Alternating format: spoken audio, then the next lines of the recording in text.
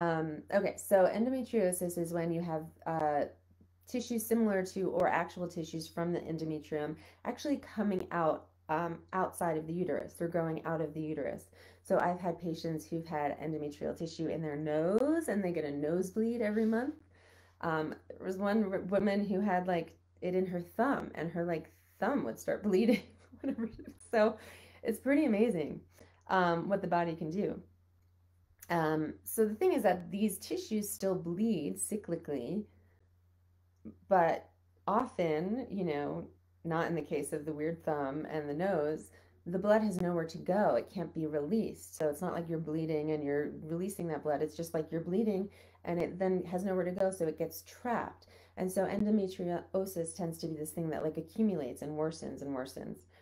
Um, and that blood can kind of stagnate and get like hardened. And often, like PCOS, where dampness wants to move with something, when we have energy that's not moving, it's going to pick up other energy. So it'll also stagnate with chi, and it can stagnate with heat or cold, or it can stagnate with heat and cold. And then we get this heat cold blood chi complex, which can be really complicated to treat. So it can be incredibly painful too. Like the cold type tends to be more like sharp stabbing pain. Like if you think about cold, you go out in the cold, you get tight. And then the heat type is more like bleeding, like fast bleeding. Um, but you can have the two together where you have fast energy moving but nowhere to go, and that can be excruciating. So, treating endometriosis is not like a quick fix, although I have had women work, use my endometrial bundle and they've noticed results immediately, but it's often the kind of thing you have to do regularly and consistently.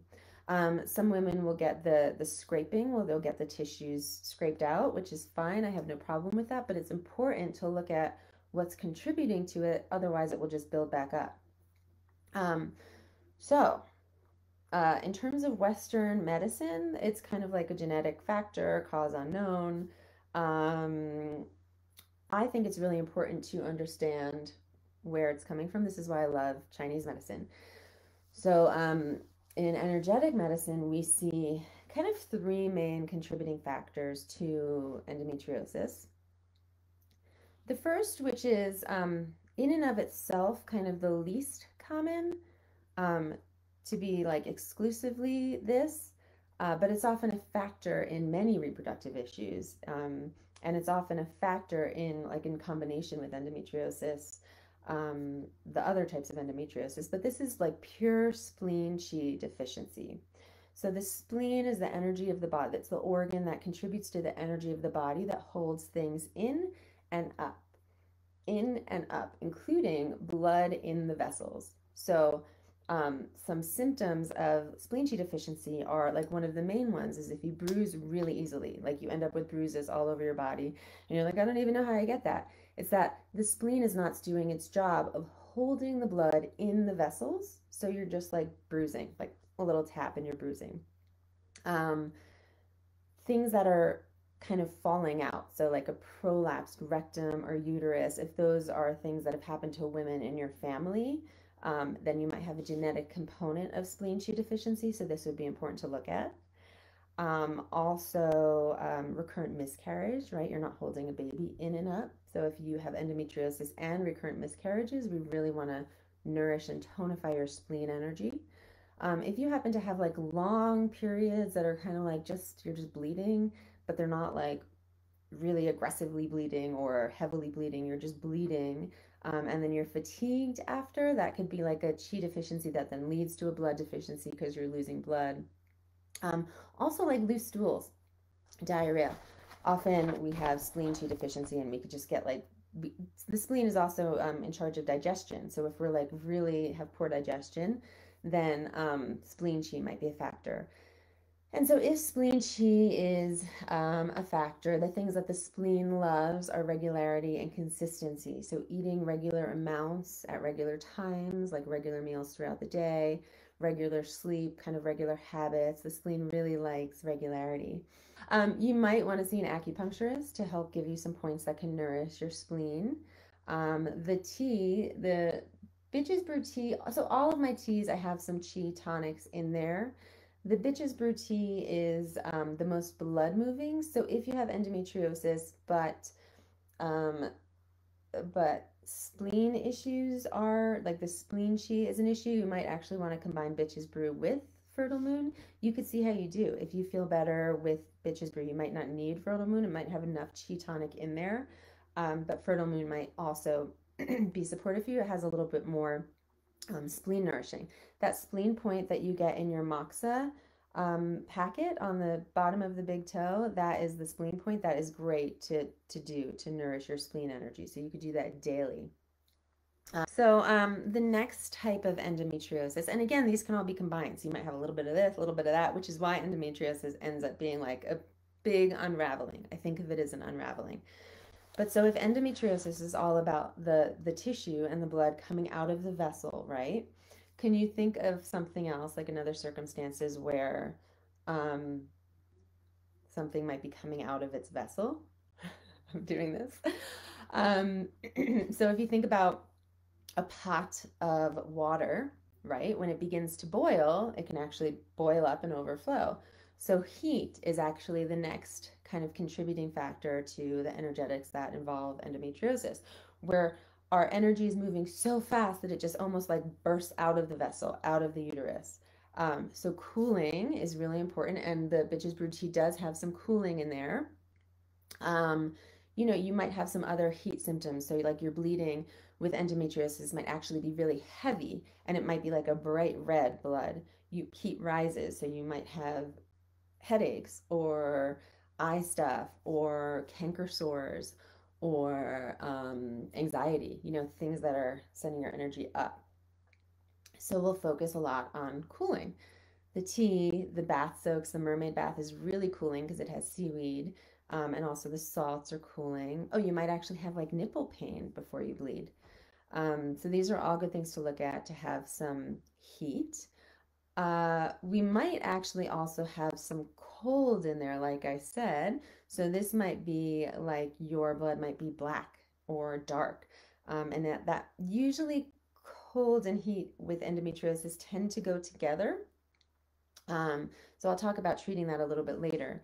But the third aspect or the third kind of contributing factor to endometriosis is think about your vessels as like a river, right? If you like throw something in there, like throw a log in there, um, you know, there's no room for the water to move, so it'll kind of go out of the banks. So this is what's happening too. So if there's like a trauma, um, or or if you have enough stasis and stagnation that over time this like will accumulate over time and then the blood will just overflow the banks kind of. So this is why we always work on kind of moving moving in endometriosis. It's like we want to you know we want to kind of break down those kind of accumulations. So when you do moxa, when you have endometriosis, especially if you feel like you have one of these, if it's not just like chi deficiency endometriosis, which is rare, it's rare to have that. And often, I just don't see that often, like just alone. Like I said, the chi deficiency can be kind of also in with these other two, but I rarely see chi deficiency alone with endometriosis. Um, so the moxa that you'd want to do with endometriosis is pecking because you're actually wanting to break up that like um, that blood that has nowhere to go. So the moxa can actually break it up, and you'll do pecking. You could do it on your abdomen all over every day. The warmth is good even if you have heat type endometriosis because the warmth will break up that the heat is accumulating because it's got nowhere to go. So it's like creating friction, which creates heat. So you want to cool, but then also break up. The bitch's brew is your bitch. It's going to be your bitch. Just drink the bitch's brew.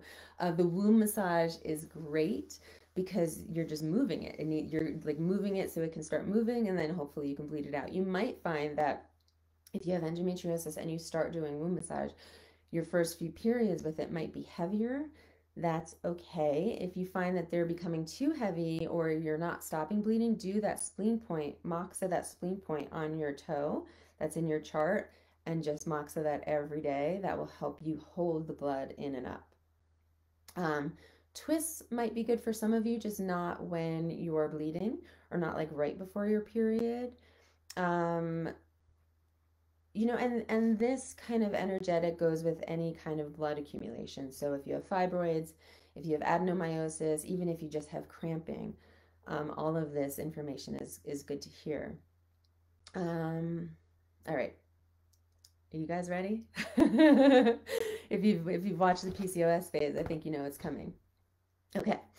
Also, in my work with endometriosis, I have had enough women uh, where I no longer think that it's just a coincidence.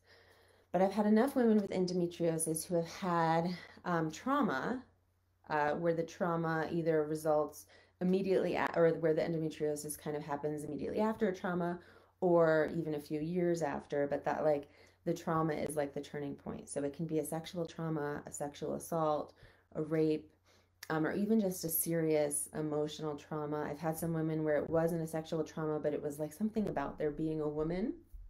Um, and if you think about like, yes, our body is in service to us. If you have a trauma, like if you sprain your ankle, right, all of the blood will rush to your ankle to kind of protect it. And I feel like that's what's often happening in endometriosis is that we might have a trauma in that area and the blood will just rush to protect, to protect that area.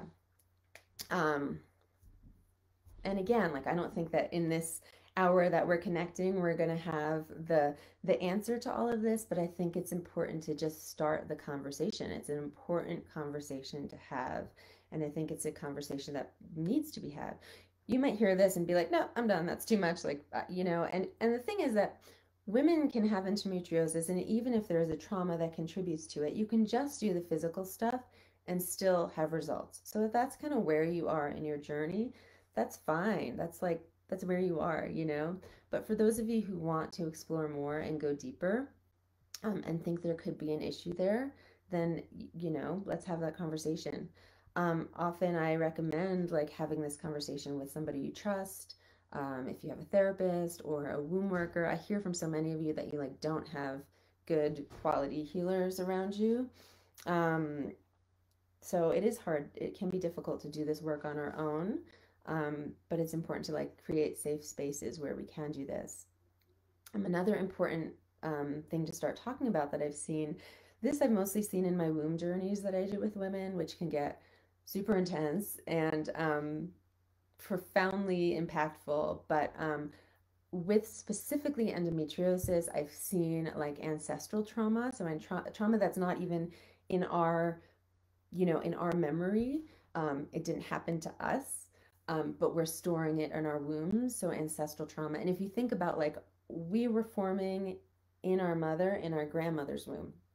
So, you know, and I do believe that our wombs kind of hold our lineage. So I've had women who have had uncovered like really profound experiences that weren't theirs. I think our womb remembers um, what hasn't even happened, what we can't even access in our logical mind. So it's like, how do I drop that on you and be like, okay, great, see you next week? But yeah, I mean, it's just important to recognize how powerful our body is, and that if we keep coming back to the reality that our body is in service to us, what might be there. So if our endometriosis is coming from something that our body is actually protecting us or feeling like it needs to protect us, like if there was a trauma to our ancestors' womb, that kind of remembrance of that holding pattern will get passed down energetically.